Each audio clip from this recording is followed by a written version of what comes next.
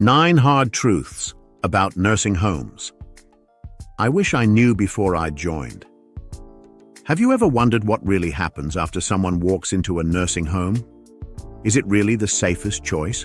Or are we just giving in to what seems most convenient? Whether you are an elderly person reflecting on this possibility or a family member trying to decide what is best for the one you love, this video will bring you deep and real reflections. Because not everything is as it is said in guided tours, beautiful brochures, or well-intentioned promises. And the question that doesn't want to be silenced: what can you be about to lose by entering a place made to take care of yourself? Throughout this video, I'm going to tell you 9 truths that I myself only discovered after moving into a nursing home. Truths that marked me deeply, and that may still make you think differently. Let's get started. 1. They promised care, but I gained loneliness. The truth that no one talks about.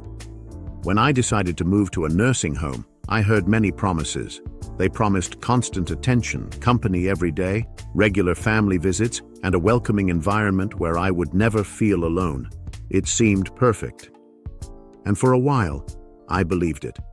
In the first days, the movement was intense. The team welcomed me with smiles.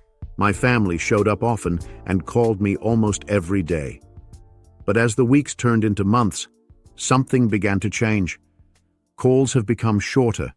Visits began to be rescheduled. And, little by little, contact with the outside world diminished until it almost disappeared. The hardest thing is not to be alone. It's realizing that even surrounded by people, you can feel invisible. Inside the home, conversations are short.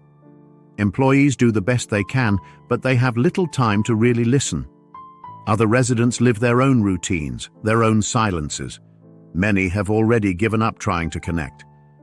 And then, loneliness becomes a permanent visitor. I remember a random Sunday, sitting by the window of the common room. It was raining outside and it was cold. I looked around and realized no one had received visitors that day. No bell rang, no door opened. It seemed that the outside world had forgotten that we still existed. The truth that no one has told me is that over time, the nursing home can become a kind of constant waiting for someone who doesn't come, waiting for a call that doesn't happen, wait for time to pass faster or slower, depending on the day. And worst of all is when you start to convince yourself that maybe it's better not to bother. You avoid sending messages, you avoid asking for a visit, you avoid showing nostalgia. You learn to silence the pain to appear strong. But the truth is that no one is ready to feel forgotten. If you are thinking of taking this step, also think about this. Are you prepared to live with absence, even though you have been loved all your life?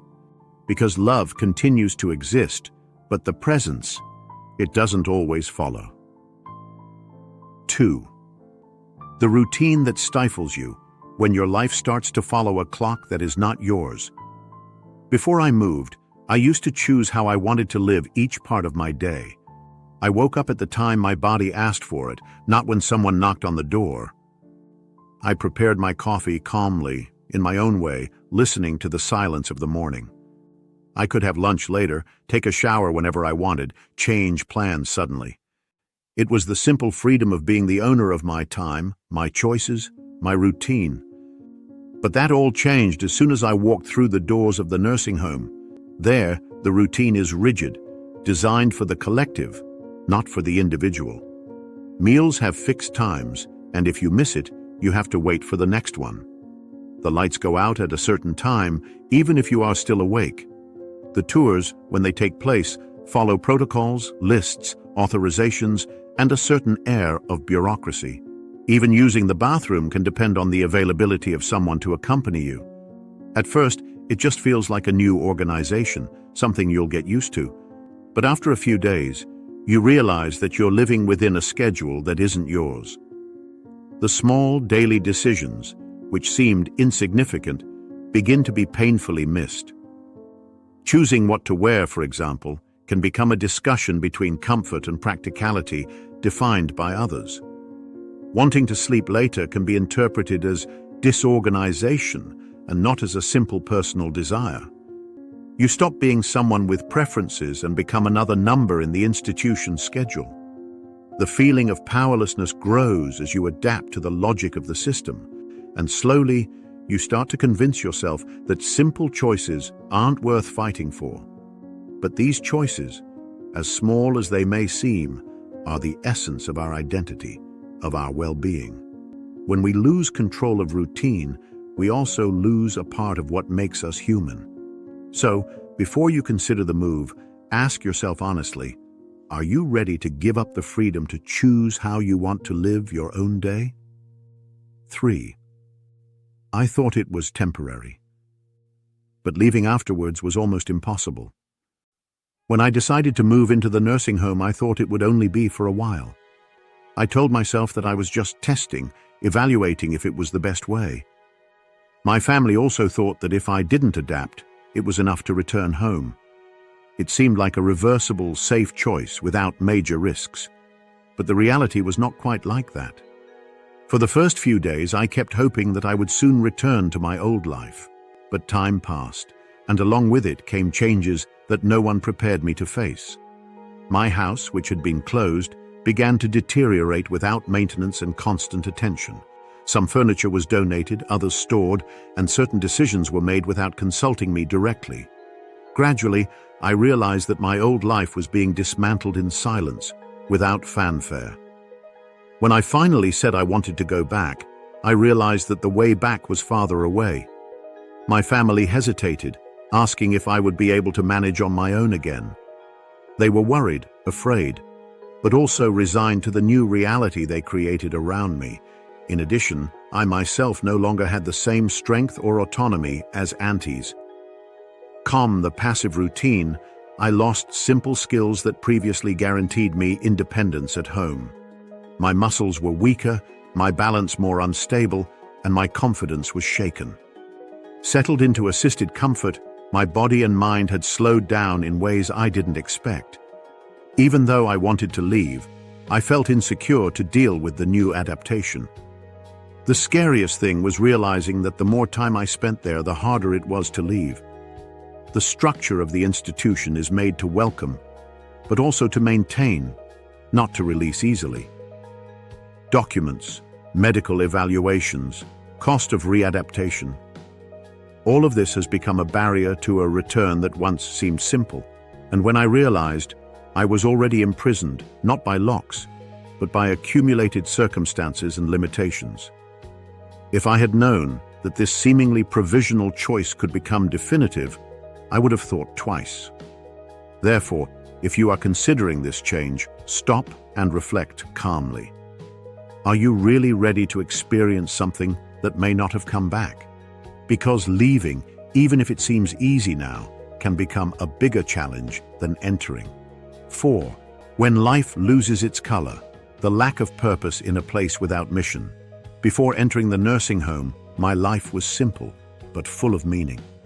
I took care of my plants, prepared my own coffee, and organized small details of the house. I had flexible schedules, but with purpose, and that made me want to get up every morning. Even the most routine tasks made me feel useful, present, connected to the world around me. The truth is that small, everyday gestures remind us that we still have something to offer the world. But in the home, that sense of purpose disappeared almost without warning. Most of the tasks that previously occupied me were passed on to employees for care and practicality. I no longer had to cook, clean, or worry about maintaining anything. At first, this seems like a well-deserved rest. But after a while, this absence begins to weigh on you. You wake up and realize that there's nothing waiting for you, just another day just like the last. Some try to fill that void with games, TV, or brief conversations in the silent hallways. But these moments, although mild, do not replace the joy of feeling necessary, productive, alive. I saw bright people slowly going out, like candles that burn by themselves in a dark room. I met a man named Antonio who used to build wooden toys for his grandchildren. Inside, he had no tools, not a corner to create, only time and tempo. Calm. The months passed, his eyes became duller and his speech more distant. He once said to me, "The problem is not being here. It is no longer good for anything." These words marked me deeply because I also began to feel the same. The lack of purpose does not hurt all at once. It gradually corrodes inside. The body weakens, but it is the soul that most misses having a reason to follow. If you're considering living in a nursing home, think carefully about what drives you. Will this environment allow you to continue creating, teaching, contributing in some way? Or will you, in the name of care, give up your mission? Because living comfortably is good, but living with purpose is what keeps the soul standing. 5. You think you're going to rest, but you're giving up your freedom. Many people believe that a nursing home is a place of rest and tranquility. And in some ways, this may even seem true in the early days. You have someone to bring your meals, clean your room, and take care of daily chores. You no longer have to worry about bills, stairs, grocery, gas, or any other obligation of the domestic routine. But that's where the deception lies, because this relief has too high a cost. Gradually, what seemed like comfort begins to turn into dependence. The simplest decisions are made by other people, even without their direct permission. You want a coffee out of turn, but you can't. He wants to change his clothes, but he needs to wait for help. You want to go out to sunbathe, but it depends on someone releasing you or accompanying you. And when he realizes, he no longer decides almost anything about his own day. It's as if, in the name of rest, you give up the autonomy that took you a lifetime to conquer. I remember well one morning when I woke up wanting to prepare my coffee the old-fashioned way. In my favorite cup, strong, unsweetened, and with that bread that I toasted myself in the pan. But there, in that place, that was impossible. There was the institutional coffee, always served the same, at the same time, with the same options. Asking for something different was like causing a nuisance, a request outside the system. And it was on that day that I understood. The freedom I had at home was exchanged for convenience. The standardized routine, although organized, slowly crushes the individuality of those who live there. You stop being John, Mary, or Anthony and become the Lord of Bed 8. If you've never experienced this, it may seem like an exaggeration. But for those who have always owned themselves, this transition hurts more than any physical pain. Freedom is not just about doing what you want. It is being able to be who you are, with dignity. Therefore, before choosing rest, think about whether you are ready to surrender your freedom. Because once it's gone, it's hard to tell when, how, or if it comes back. You said, ChatGPT said, perfect. Now let's move on to topic 6, maintaining coherence, emotional depth, and sentences between 10 and 15 words. 6. The comfort that weakens. How comfort can accelerate your physical decay. Before I moved, I was still active, within my limitations, of course. He walked around the block, climbed stairs slowly, stretched, and took care of household chores. These small daily movements kept me moving without even realizing it. It was a light but functional routine, enough to preserve my strength and autonomy. But when she arrived at the nursing home, everything changed almost imperceptibly and silently. Meals started to be served directly at the table. The clothes were washed and folded by someone. The beds made without me having to touch them. And at first, it felt like a privilege. Why complain about having help, right? But the truth is that my body began to settle more than I expected. The absence of effort turned into weakness. The lack of movement turned into rigidity. Getting up from a chair started to require more time and more care. The legs that had previously supported me safely now trembled with a simple, faster step. I saw this same process happen to several people around me. Elderly people who arrived walking, confident, full of life and disposition.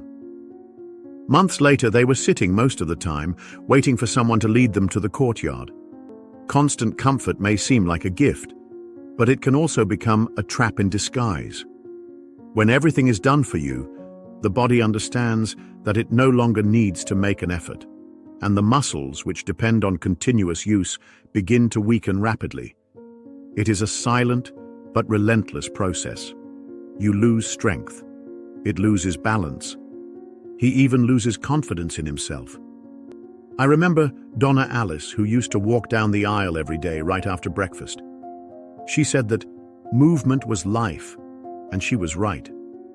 But over time, he walked less until he exchanged his firm steps for a walker, then by a wheelchair, and finally, she started to leave the room only at mandatory times.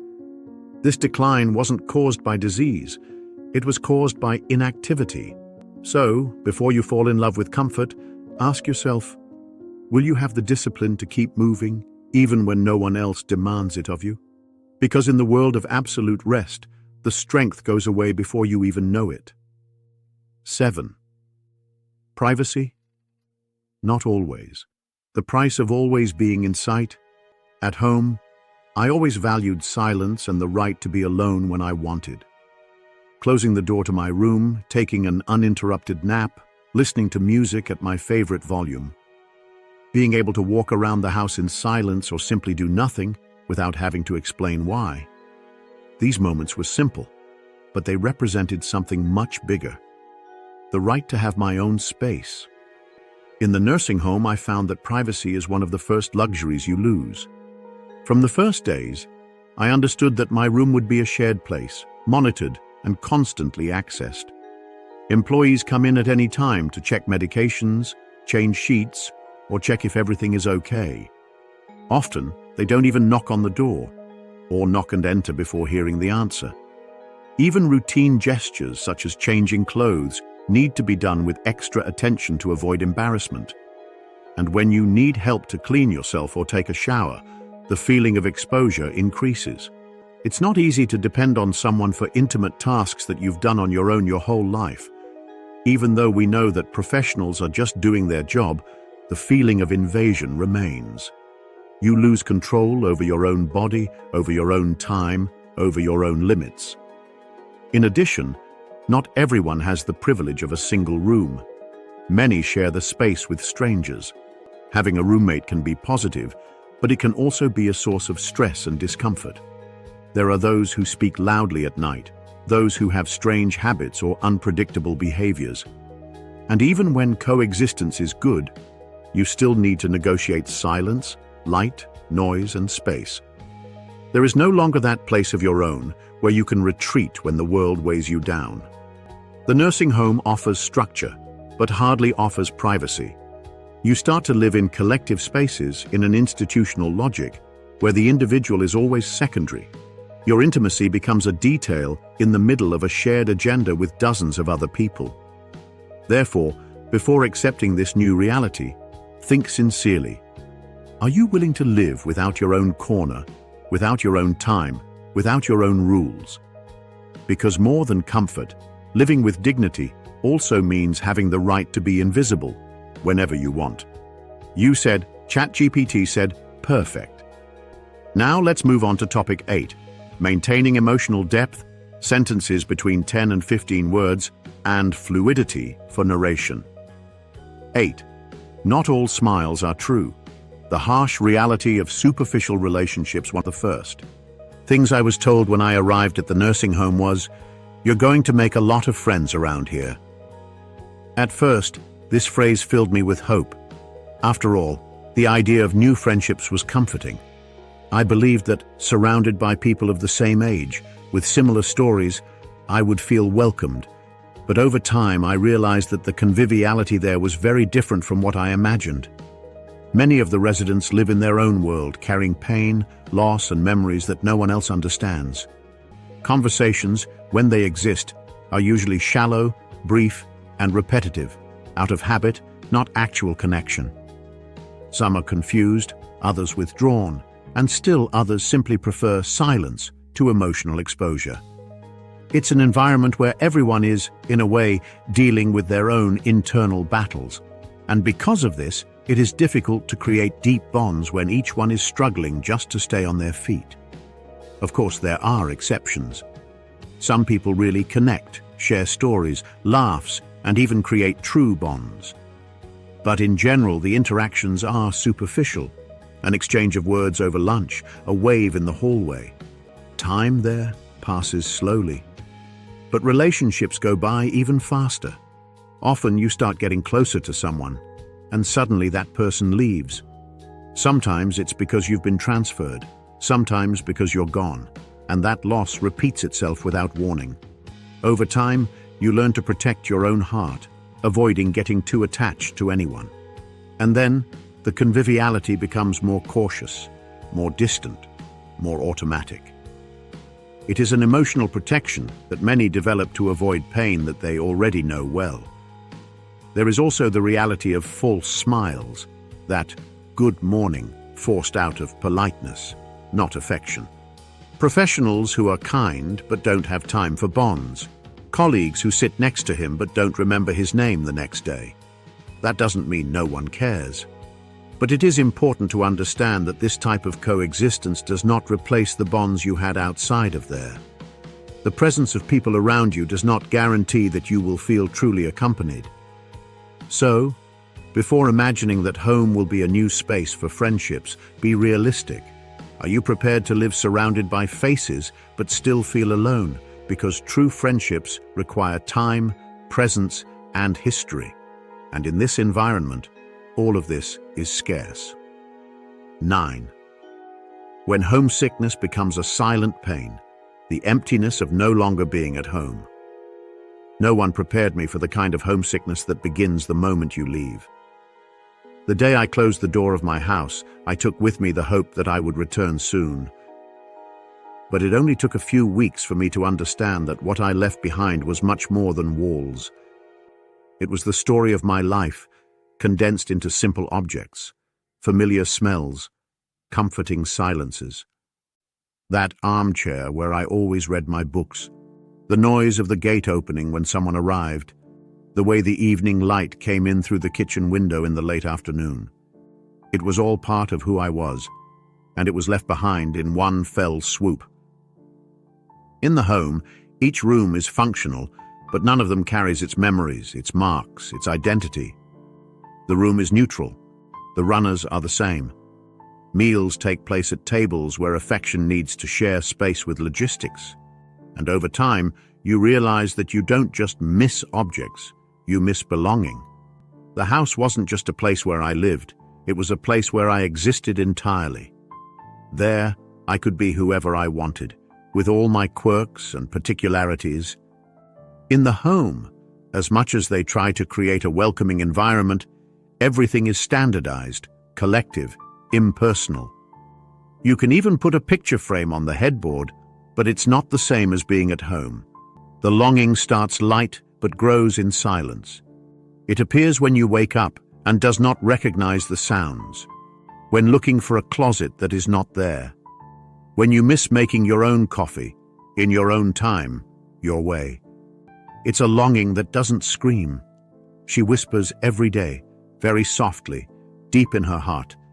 And the hardest thing is knowing that, even if you come back to visit your home, it will no longer be the same. Because something breaks the moment you leave, and it can't always be rebuilt. Therefore, before accepting this change, ask yourself deeply, are you ready to live without your home, even if you have a new roof? Because the place where we live can change. But the absence of home is a pain that persists. Aging lucidly, with stories to tell and learning to share, is a rare gift. But that doesn't mean that every decision we make during this period is easy or light. What you've heard so far isn't meant to generate fear, it's meant to generate awareness. Because a choice made with information has much more power than a decision made in haste or convenience.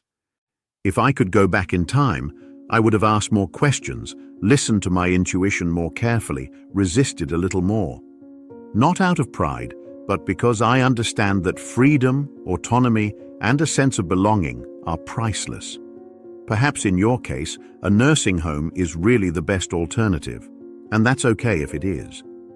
But let this choice be made with truth, with presence, with full awareness of what is being left behind. Today, there are many more ways to age with support without having to compromise who you are. And above all, the frank dialogue between those who need care and those who want to care. The sincere conversation with the family, the advanced planning, the look to the future with more clarity and less guilt. Because the biggest mistake is not going to a nursing home. The biggest mistake is to believe that there was no other way out, without even trying to look for one. If you are going through this moment of decision, or know someone who is, do not ignore the signs. Listen to what the heart says when you think of the word farewell. And, if there is still time, fight to remain where your soul still smiles, because every little gesture of independence you preserve is a part of you that lives on. Aging is inevitable, but how you'll age and where may still be your choice.